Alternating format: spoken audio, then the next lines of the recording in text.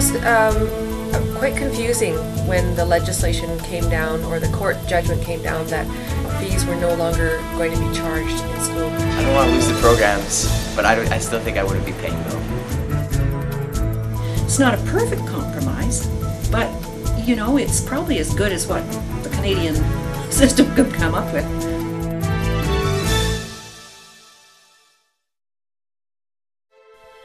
We usually take our education system for granted, never paying much attention to its inner workings. However, recent events have raised questions about the education system's fiscal structure. On September 29, 2006, the BC Supreme Court ruled that school districts cannot charge students for any materials or equipment required to finish a course leading to graduation.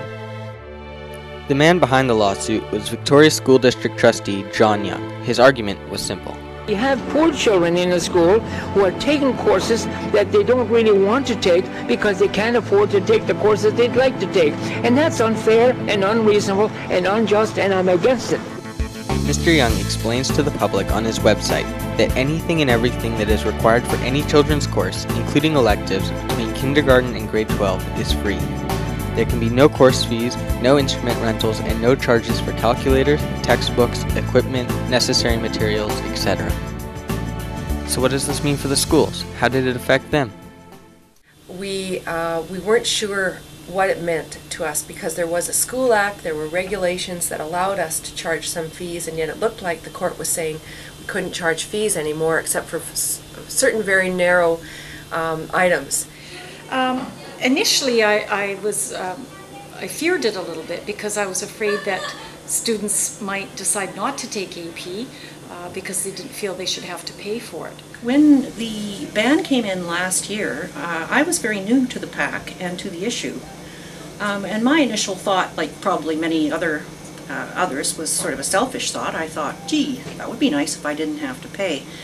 But then I came to understand the larger context, and that it would affect my child's education. So exactly how much would students be impacted? A lot of our programs, our excellent programs in the school and in West Vancouver, depend on students paying some fees for a portion of the course. However, before the new regulations took place, the court ruling was clarified. Schools could not make students pay for a class, but optional fees were still allowed for electives. We can charge for extra enhancements to programs. So for example, if you're taking a woodwork course, all the basic wood can be supplied by the school and should be supplied by the school. But if you want to use a different type of wood, say you're making a guitar and you want to make it out of mahogany, you would pay for the mahogany. The word fee changed into the word deposit. So students handed in checks that were deposits on books. They're on a loan program for the duration of the course. They only buy them if they damage them. So it also struck me that by banning a lot of these fees, they're going to be running into huge book bills, especially with workbooks and stuff like that, that normally the kids would buy and then mark them up and take them home. The issue is one of equity to some extent. Every child in British Columbia should have the same opportunities. The challenge we face in this community is that we have a tradition of providing high quality, excellent education and new and innovative opportunities. The school district, in its wisdom, decided on a strategic plan that put a lot of choice programs at this school, and by choice programs I mean things like the sports academies, the Super Achievers program. French immersion was always here, that's another choice program. And their advanced placement, computer immersion. This school sits in the middle demographically of an area where enrollment should be severely declining, because the only people who can afford houses up in the British properties tend to be older, rather wealthy couples who don't have high school aged kids. We're one of only 3 districts of British Columbia where the enrollment actually has increased in the last few years. To maintain this high quality of education, the school needed a new source of funding. There were no programs in West Vancouver schools that were changed or altered by the fees. We have provided funds to the schools to ensure that they're able to carry on with their programs.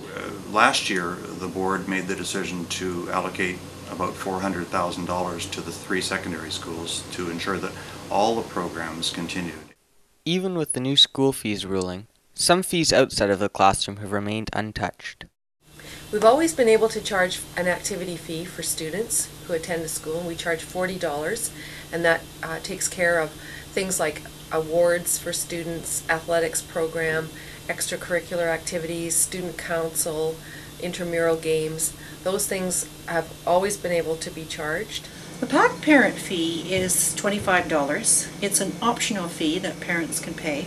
We did last year the renovation of the courtyard outside the library, which turned really a miserable, unusable space into a very nice place for kids to use and sit. The other main categories are the teacher's wish list, on which last year we spent $16,000, and this year we've already spent the same amount. And then our other big category is scholarships, and this year and last year we'll be putting $8,500 towards that. For the students that cannot afford the fees, there's still a solution. We have a board policy that indicates that any student who is unable to pay for even a modest fee, there will be a hardship clause within that fee statement. It's always been the case that they present their case to the principal, the parent presents their case to the principal, and the principal can waive the fees. It's awkward, I understand, but principals are very careful about that, and will make sure that no student is denied a program because they don't have the funds to participate. That's a board policy. It's been in place for some time, and we've heightened the awareness of that through our school principals and our teaching staff.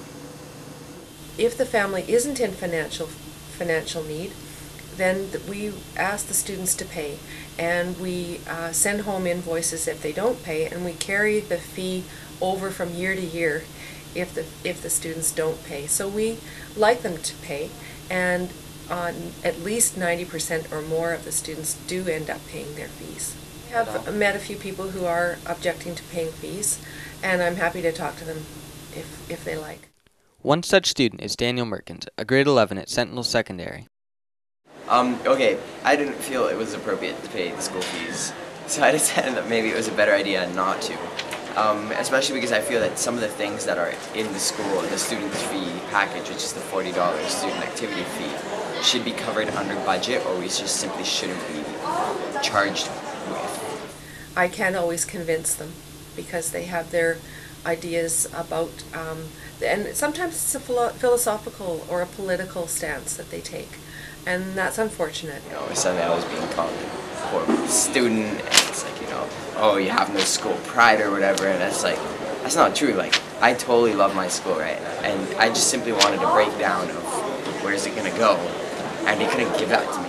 There are a few individuals and families that absolutely refuse to cough up, make huge efforts to resist, they make huge efforts to publicize it. And this year, you know, I've had no locker, I've had no agenda, and it's kind of like, I don't think other kids really want that. Although I do think that if other kids maybe followed the same track and started to ask questions, you know, maybe something would be done about it. A lot of ways I don't blame them, but at this point they can't change it at a school level. They have to change it at either a board level or a government level, preferably the government level. I would think it would be unfair for a student who couldn't afford to pay for a course in a public school to be told that he or she could not take that course. So in fact I agree with it, but it would sadden me to think that if the courses were not funded, that they would not be offered. That then would be a tragedy. We work in a collective society that subsidizes the poor. You can graduate perfectly well from this school without having paid fees. It's always been the case that some people don't pay their fees. It's about the same as it always has been, frankly. The problem is that I think that things that are in the fee shouldn't be charged for. So therefore, if it was how I believe it should be, we would all be treated equally, right?